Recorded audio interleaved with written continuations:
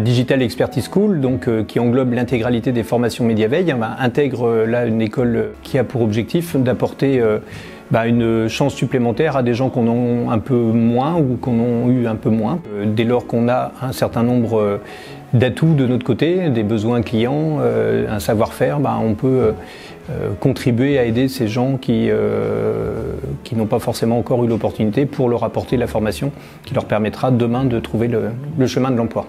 L'idée de la création de cette école digitale, c'est d'abord une rencontre, j'ai eu l'occasion d'évoquer, c'est la rencontre avec une personne qui est devenue aujourd'hui salariée, mais qui, à l'époque, son père m'appelait pour me demander des conseils justement sur son orientation professionnelle suite à une maladie détectée qui l'a obligé à arrêter ses études. Et donc au bout de 6 mois, l'idée a été de plutôt la recruter et puis de se dire on va la former. Voilà, quand on voit aujourd'hui ce qu'elle est devenue dans l'entreprise et comment elle a pu s'adapter, l'idée est venue assez naturellement derrière en se disant des personnes comme ça, il doit y en avoir tout un tas sur le marché.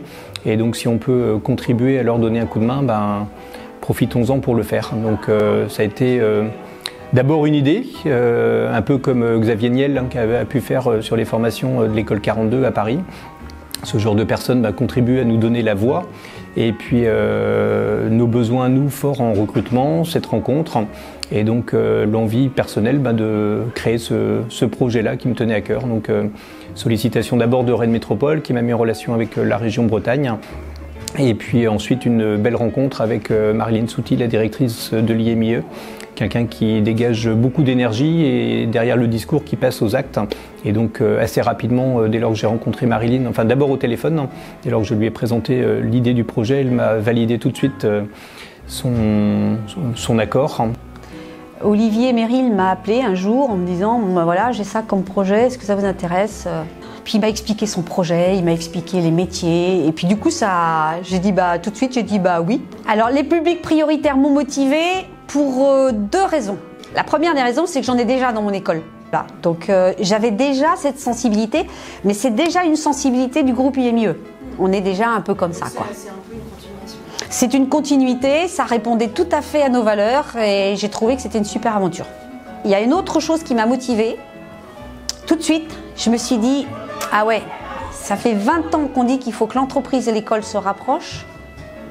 Et là, Olivier Merrill est en train de me dire, on fait un partenariat, on le fait ensemble. Je me suis dit, ça vaut le coup.